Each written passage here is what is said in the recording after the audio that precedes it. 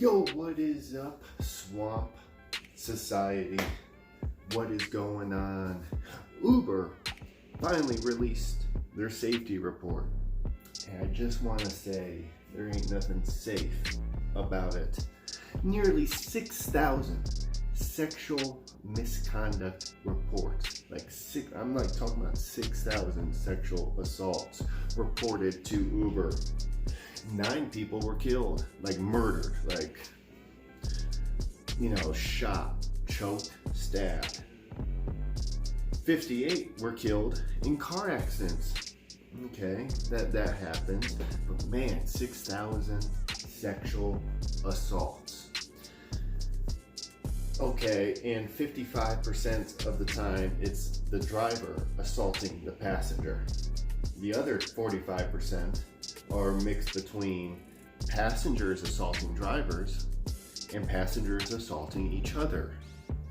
Because you can do carpools, and I've been in Ubers before where passengers are just macking hard on female drivers, and I just never really thought much about it because there's always lanes who have to, tryhards that have to go out of their way, and they think they're smooth, but they got that Bangladesh breath, bruh.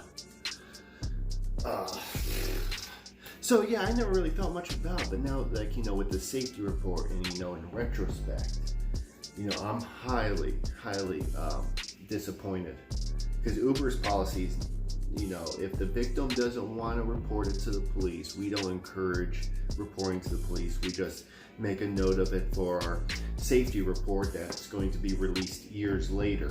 With these type of instances, I think the public should be notified immediately. What other work environment do women go to where they can possibly be sexually assaulted? And it's part of the culture and lifestyle, and the company, the app is you don't have to report to the police. You can just keep driving. We'll make a note of it. We'll kick him off the Uber app, even though a lot of offenders and predators somehow weasel their way back in, either as a driver or passenger. So it's a very, very unsafe environment that's been kept under wraps for a while. I think, this news should have been breaking immediately.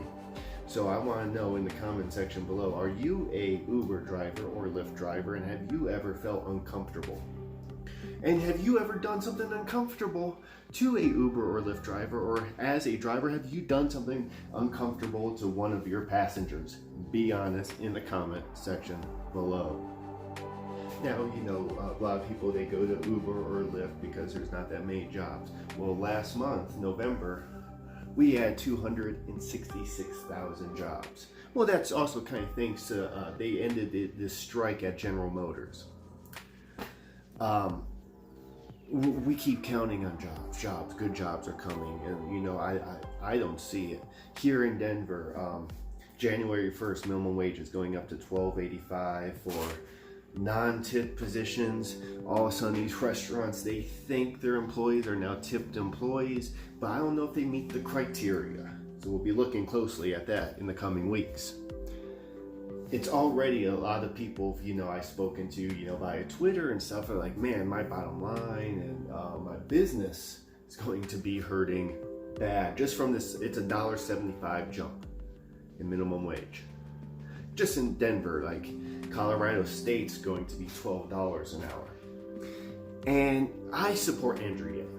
He knows that we're going into a new wave of economic revolution, where they're looking at not only automating truck drivers, but they're looking at automate, the shipping handlers. They're looking at automate janitors. They're looking to automate cashiers, self-checkouts, and automate, even a McDonald's burger flipper. Sorry, SpongeBob. But AndrewYang, a lot of people, they hear he wants to do universal basic income, and they're like, that's nuts. That's beyond socialism. That's actually, you're nuts, man.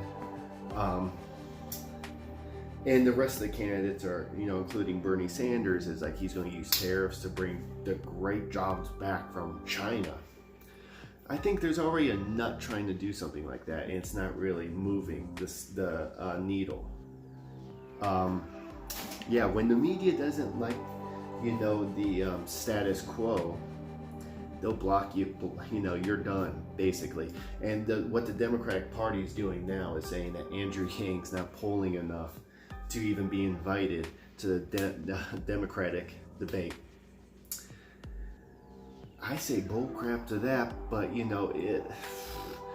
Biden's pre-selected, basically. Okay, and he likes to lock people up in jail. Okay, and he has some other sinister stuff going on. His buddy Epstein was going to let us know, but he got cold feet there the night before. Recently, there was a Peloton ad that featured a husband getting his wife a Peloton for Christmas. And it's all good, it's all gravy, except I guess she started off skinny and she gets obsessed with it and she's like pedaling away. And people had all this backlash and Peloton stocks plummeted, and Peloton's like this stationary bike, and screens on the bike, and it's, oh boy, if you have time to be in your home, riding a Peloton, you got plenty of time to do something else with your crazy legs and a webcam. I'm just saying. I didn't even, out of respect, didn't want to talk about it or whatever, but, this was one of my favorite artists, Juice Wrld. He turned 21 last Monday, suffered a seizure at Chicago's Midway Airport, and has passed away at the age of 21. One of his songs, Legends, he said, what's the 27 Club? We ain't gonna make it past 21. And, it's pretty horrifying. It's really sad, and, there's so many young artists, there's things going on right now, the pill challenge. I'm not saying that Juice Wrld was on drugs at all, just that young people in general, young, talented young people are challenging each other, pushing each other. They're suffering from depression, and, they're expressing it in different ways, including, taking crap loads of pills. Lean is always been part of the hip-hop community in some locations. Some people don't know how to lean. They actually go all the way down. There's so many young artists recently. XXXTentacion, Mac Miller, Lil Peep, Avicii, and now Juice Wrld. And there's so many others too. If you know anyone, who's young and, or has a history of seizures, I even know, we've heard out in the past, Rick Ross suffered, a seizure too. And it's pretty horrifying stuff. And Juice Wrld, he was probably one of the best people to actually, come into R&B and, hip hop. And if you haven't heard the album Goodbye, Good Riddance, it's a great listen. I never heard anything bad about this guy. He seemed very, very humble and very, very loving. He had so much more to give, and it's really, really messed up. And when I first heard this, I was like, no way, no effing way. And I had to hear the news from some guy named Scuff Jim Carrey. Yeah. Man. Well, man, just I couldn't believe it, It's still really, really hard to come to terms with, because he just seems so good, just so good-hearted, so talented. We lost one there. Let's not try to lose any more. Let's try to come together. man, it really sucks. Really sucks. You know, let's do what he would want, come together and remember him, and but yeah, he had some great music, and he'll be remembered for that. And I'm sure he had some music that's unreleased, and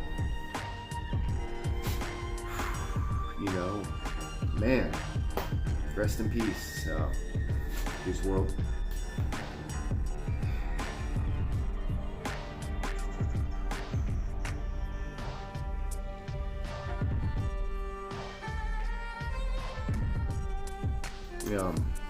Just have respect. His, birth name, his real name was Jared Anthony Higgins. I wanted to look that up real quick to make sure that I didn't mess that up.